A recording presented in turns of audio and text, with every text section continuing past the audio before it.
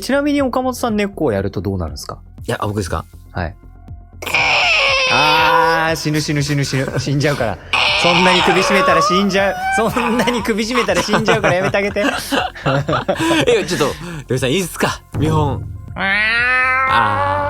素晴らしい。ちゃんとしてるって言ったら超失礼な話ですけど。いや、野崎くんの現場で忘れもしませんよ。